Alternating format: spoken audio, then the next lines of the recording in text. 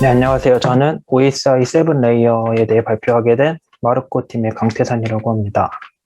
발표 순서는 정의에 대해 설명하고 특징과 장단점, 그리고 계층별 설명을 간단하게 하고 TCP/IP 모델과의 간단하게 차이점을 설명하도록 하겠습니다. OSI 7 레이어란 네트워킹 또는 통신 시스템을 각각 고유한 기능을 가진 7개의 계층으로 설명하는 개념적 프레임워크라고 정의되어 있습니다. 1984년에 IS5에서 처음 발표되었고요.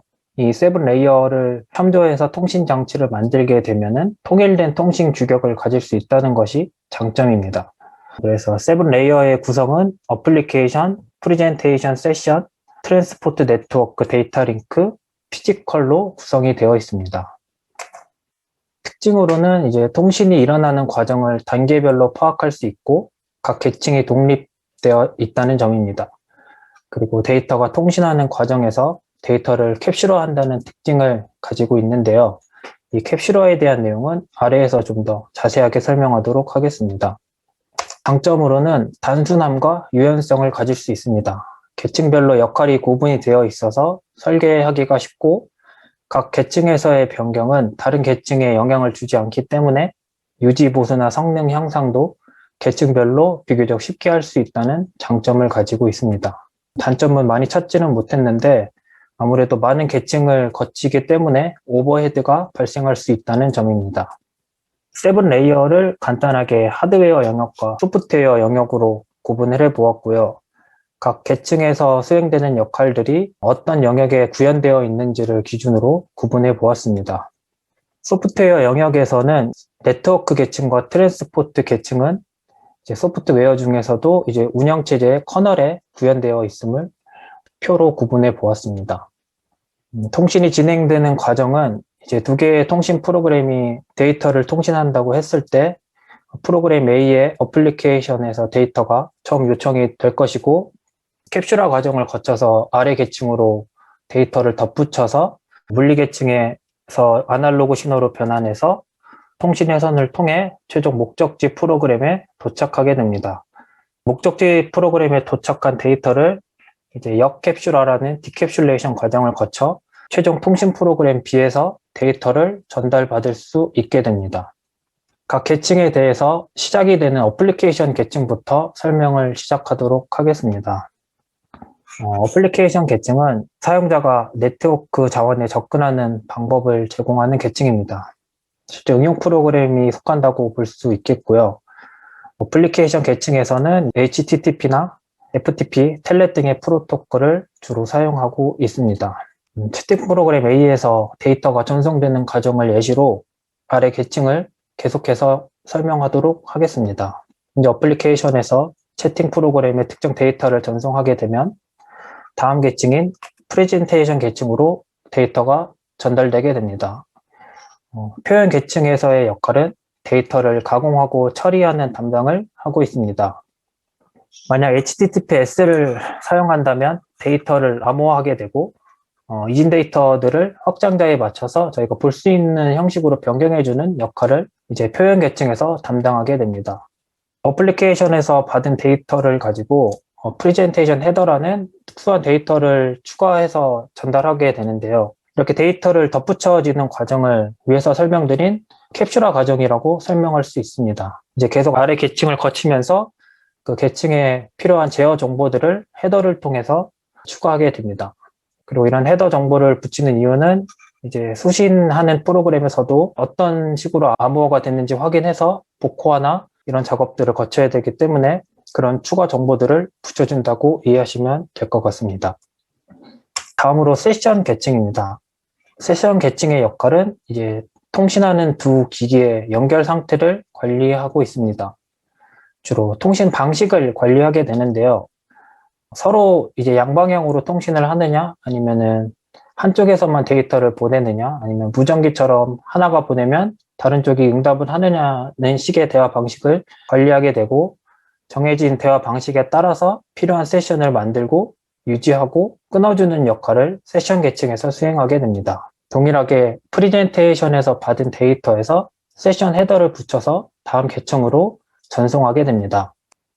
전송 계층의 역할은 이제 종단 간 데이터를 전송하는 역할을 책임지고 있습니다.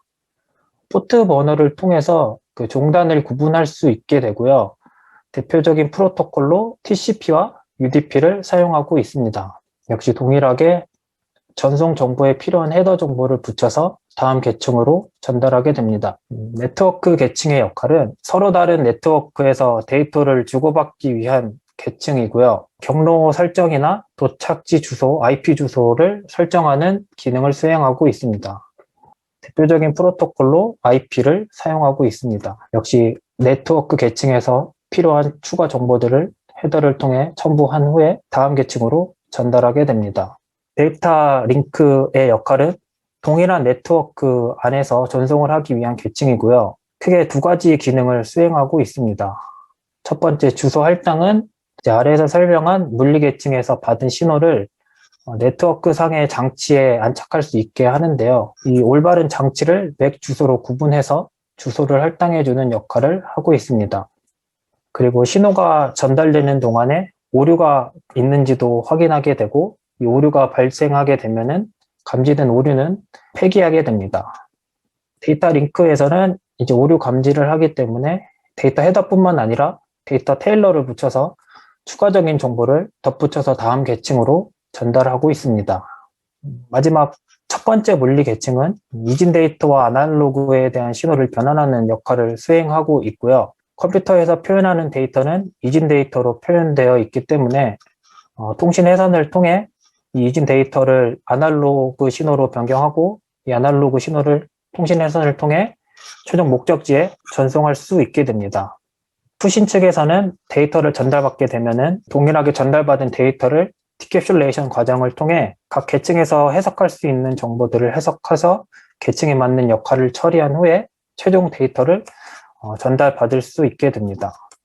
각 계층에서 각각의 헤더 정보를 읽어서 필요한 처리를 해서 최종 어플리케이션 계층에서 데이터를 통신할 수 있게 됩니다. 이렇게 간단하게 OSI 7 레이어의 통신 과정을 설명드렸고요. 다음으로 설명할 내용은 TCP/IP 모델입니다. 앞에서 설명드린 OSI 7 레이어 모델은 네트워크를 묘사해주기 위한 모델이고요. 이 모델을 좀 더 실용적이고 한 번 더 추상화해서 만든 것이 이제 TCP/IP 모델입니다. 그래서 좀 더 실용적이기 때문에 현대 인터넷에서 대부분은 TCP/IP 모델을 따르고 있고요. 간단하게 앞에서 7단계를 거치던 게 이제는 4단계를 거쳐서 전송하는 모델을 따르고 있다 정도로 이해하면 좋을 것 같습니다. TCP/IP 모델이 처리되는 과정도 간단하게 그려보았고요. 아까는 7개로 거치던 게 4단계로 줄었고, 역시 데이터가 전송되는 과정에서 각각 계층에 필요한 정보들이 붙여지는 것을 확인할 수 있습니다. 그리고 여기에 설명된 정보들은 앞에서 설명한 헤더 정보들이라고 봐도 괜찮을 것 같습니다. 네, 이상입니다. 감사합니다. 여러분들한테도 질문 드리고 싶은 거예요. 개발자한테 CS식 좋죠.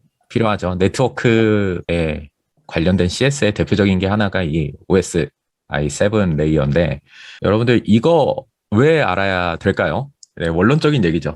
이 OSI 7 레이어 저희 스프링 백엔드 웹 개발자를 하려고 하는데 이거 왜 알아야 돼요? 답변을 해주실 수 있는 분이 계실까요? 여러분들뿐만이 아니라 대학생 중에서 이걸 배우는 친구들도 많이들 생각하는 주제이지 않을까? 이거 왜 알아야지? 좀만 고민해 보겠습니다. 질문 자체에 대해서 의문을 가져도 됩니다. 알아야 되는가에서 알면 좋다로 바꿀 수도 있죠. 답변 올라오시는 거 보는데 은영님은 네트워크 관련 장애가 발생했을 때 해결하는 데 도움이 되는 배경 지식. 병현님은 자원을 효율적으로 전달하기 위해. 인창님은 서버를 잘 올렸는데 클라이언트와 연결이 안 된다며 어디서 문제가 생겼는지 알려면 필요해서. 약간 추가 질문. 네, 태선님 말씀하시려고 하셨어요? 네. 저는 처음에 궁금했던 거는 진짜로 어떻게 데이터가 통신되는지 궁금해서 의문을 가졌던 것 같고요. 공부하면서 이걸 알면 좋다고 느꼈던 거는 뭔가 문제가 발생했을 때 역할이 나누어져 있으니까 좀 단계별로 고민의 범위를 줄여갈 수 있는 게 이런 것을 배우면 장점이 아닐까라는 생각을 했습니다. 일단은 뭐 랜선이 빠져 있는지부터 확인하고 그 다음에 계층을 따라가면서 고민을 하면은 좀 더 그런 고민의 범위가 줄어들 수 있는 게 장점이 아닐까라고 생각했습니다. 네, 다들 이제 채팅을 남겨주신 거랑 태사님한테도 추가 질문하고 싶은데 일단은 좀 참고요. 네, 혹시 멘토님들 중에서 이거를 좀 실무자 입장에서 실무 가면 좀 경험을 해본다고 하니까 어떤 생각을 갖고 계신지 아니면 솔직하게 글쎄라고 답변해 주실 수 있는 멘토님이 계실까요? 저도 태사님 하신 말씀이 제일 맞는 것 같고, 그러니까 문제가 되는 거를 문제가 될 수 있는 것들을 하나씩 줄여가는 게 저는 트러블 슈팅 과정에서 되게 중요한 거라고 생각하는데, 그럴 때 되게 꼭 필요하고, 그리고 그 인창님이 채팅에 올려주신 것도 우리가 경험해본 거 기준으로 이야기하는 게 저는 제일 좋다고 생각을 하거든요. 다들 웹 애플리케이션 서버 올린 다음에 포트 안 맞아가지고 고생해 보셨거나, 뭐 포트 코딩 같은 걸 해봤는데 내부 포트랑 외부 포트가 안 맞아가지고 연결이 안 되는 경험을 해봤다거나, 아니면 뭐 방화벽이 막혀 있는 걸 경험해봤다거나, 이런 거 다들 경험해 보셨을 건데, 그냥 그거를 우리가 뭔가 사용 방법 같은 거, 무슨 가이드 같은 걸 보고 따라하는 수준이라고 하면은 이게 딱 그 상황에만 해결할 수 있고 범용적인 상황에서 해결할 수가 없을 거잖아요. 네, 그래서 좀 더 범용적인 상황에서 그런 트러블 슈팅을 하기 위해서, 그리고 문제가 되는 부분을 하나씩 줄여나가기 위해서 필요하지 않나라고 저는 생각합니다. 좋은 말씀을 해주셨네요. 간단하게 제 생각을 말씀드리자면 일단 첫 번째 접근은 저희가 단순한 코더가 되면 안 된다라고 얘기를 하잖아요. 약간 그런 범위인 것 같아요. 저희가 인터넷이 너무 잘 되어 있는 시대에 살고도 있고요. 팀도 IT 쪽 팀이 역할 분담이 확실하게 되어 있는. 그래서 OSI는 솔직한 얘기로 저는 네트워크 설계에 직접 참여하는 경우가 아니라면, 그리고 어느 정도 인터넷 네트워크망이 체계적으로 구축된 곳이라면은 그 은영님께서 얘기해 주신 것처럼 배경 지식 정도, 웹 개발자라면 응당 알아야 되는 정도의 지식 정도의 가치로 접근할 수도 있는데, 또 한편으로는 웹 개발자라면 알아야 될 지식이라고 하면은 저희가 그러잖아요. 이제 정확히 그 근본 기술을 이해하고, 스프링도 마찬가지죠. 그거에서 저희가 OSI, 이게 전 세계적인 표준안인데 이거를 아는 웹 개발자인가 모르는 웹 개발자인가에 따라서 웹 개발자로서의 가치 자체가 완전히 다를 수도 있다라는 생각을 하고 있습니다. 여러분들이 진짜 실무를 가서 이 OSI에 대해서 안다고 해가지고 크리티컬하게 퍼포먼스를 내는 그런 상황은 사실 없을 수도 있어요. 네, 없을 수도 있는데 그래도 알아야 되는 지식 중에 하나다라고 저는 이해를 하고 있습니다. 네, 마르코. 저도 이렇게 말해도 되나요? 네. 저도 거의 스펜서랑 F님이랑 다 비슷한 의견이긴 해요. 그런데 사실 그 세부 내용이랄까? 그러니까 7계층에 보면은 소프트나 서비스들이 있고, 그 다음에 트랜스레이션? 그쪽 보면은 이제 이런 UDP냐, TCP냐 이런 부분들이 있잖아요. 근데 그런 부분들을 좀 딥하게 들어가다 보면 어떻게 다르게 동작하지? 이런 것들은 좀 필요한 것 같아요. 그래서 프로토콜이나 UDP냐, TCP냐, 이거 UDP냐, TCP냐 이런 부분에서 혹시라도 UDP를 사용하게 될 경우가 있을 수도 있거든요. 이런 비영상 서비스를 한다거나 이럴 때. 그럴 때는 조금 우리가 생각하는, 우리가 원래 경험하지 못한 그런 계층으로 동작할 수 있다라는 것 같아요. 제가 지금 어떻게 방송을 해가지고 좀 안 들렸을 것 같은데 아무튼 그렇습니다. 아, 네. 대충 이해가 됐어요. 그러니까 이런 접근인 것 같아요.